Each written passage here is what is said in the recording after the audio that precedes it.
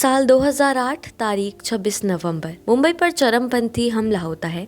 10 आतंकवादियों ने मुंबई पर अलग अलग जगह हमला किया था। यह हमला मुंबई में लगातार 4 दिन तक चला था। हमले के बाद जब सफाई कर्मी सफाई कर रहे थे तब पानी से साफ करते वक्त लाल लाल पानी, पूरा लाल रंग का पानी निकल रहा था। न जाने कितने बच्चों ने अपनी माँ को खोया, कितनों ने पिता को, और कुछ ऐसे भी थे जिन्होंने अपने दोनों माँ बाप को इस हमले में खो दिया। वो परिवार जिनके सभी सदस्य घर सुरक्षित वापस आ गए, वो बहुत खुशकिस्मत थे। उस दिन मुंबई गोलियों की आवाज से सिहर उठी थी। हर जगह मातम ही छाया हुआ था। बच्चे बिलख बिलख कर रो रहे थे और सभी लोग जिन्होंने अपने परिवार वालों को इस हादसे में खोया, उनके आंसू रो रो कर सूख चुके थे। इस हादसे में 160 से भी ज्यादा लोग मारे गए थे। मुंबई कभी भी 26/11 के हमले को भूल नहीं पाएगी। इसकी याद एक कांटे और टीस की तरह हमेशा चुभती रहेगी। इस हमले में 2 बच्चों का जिक्र हुआ था, एक मोशे और दूसरा देविका। 4 आतंकवादियों ने करीब 8:45 बजे हमला किया। आतंकवादियों ने इजरायली नागरिकों को बंधक बनाया हुआ था और कुछ लोगों को बड़ी ही बेरहमी से मार डाला था। उनमें से गैब्रियल हॉल्सबर्ग और रिवका को भी आतंकवादियों ने मार डाला और एक बार भी इन दोनों के 2 साल के बच्चे की तरफ नहीं देखा। बेरहमों को 2 साल के बच्चे मोशे पर जरा भी दया नहीं आई। माता पिता की खून से सनी लाशों के बीच 2 साल का छोटा सा बच्चा मोशे बिलख बिलख कर रोता रहा और माँ के गालों पर हाथ फेरता रहा।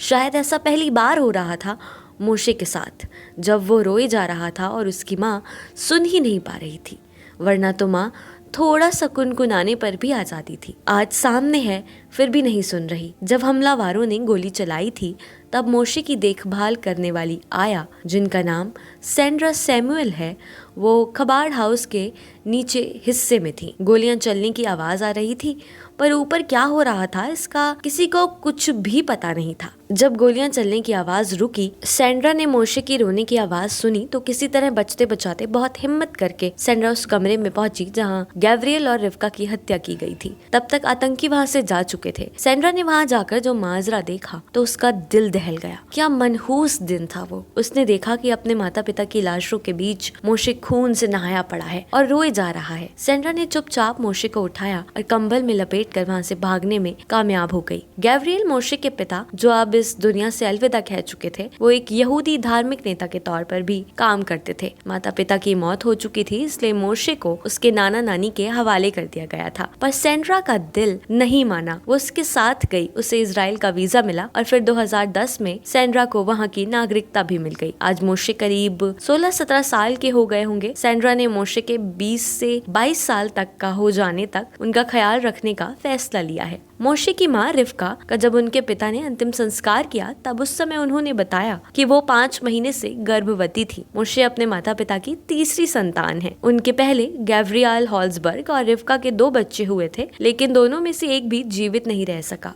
गैब्रियल और रिवका का अंतिम संस्कार यरूशलेम में 2 दिसंबर 2008 को हुआ। मुंबई की देविका रोटवान भी उस वक्त मुश्किल से 10 साल की थी और आज भी उन्हें वो दिन याद है। हमला हुआ था छत्रपति शिवाजी स्टेशन पर और उन्हें दाहिने पैर में गोली लगी थी। यही देविका ने आतंकवादी अजमल कसाब को देखा था कि वो कैसे गोलियां चलाकर लोगों को मारे जा रहा है। कसाब के खिलाफ गवाही इन्होंने ही दी थी। ये इतने बड़े हमले की सबसे छोटी गवाह थी। देविका उस दिन अपने पापा और छोटे भाई के साथ अपने बड़े भाई से मिलने के लिए पुणे जा रही थी। वे सीएसटी स्टेशन पर जैसे ही पहुंचे तभी आतंकवादियों ने गोलियां चलानी शुरू कर दी। देविका और उनका परिवार भी अपनी जान बचाने के लिए बाहर की तरफ जाने लगे थे और तभी एक गोली देविका के पैर में आकर लगी, जिसके बाद वो तुरंत बेहोश हो गयी। पर तब तक वो कसाब का चेहरा देख चुकी थी। देविका के इलाज के बाद उनके पिता ने मुंबई पुलिस से संपर्क करके उन्हें ये बताया कि उनकी बेटी ने कुछ लोगों को देखा है। शायद ये जानकारी आपके काम आ जाए। जब लोगों ने डर की वजह से कसाब को पहचानने या फिर उसके खिलाफ कोई भी गवाही देने से मना कर दिया था, तब इस 10 साल की बच्ची ने ही आगे बढ़कर पुलिस को गवाही दी थी।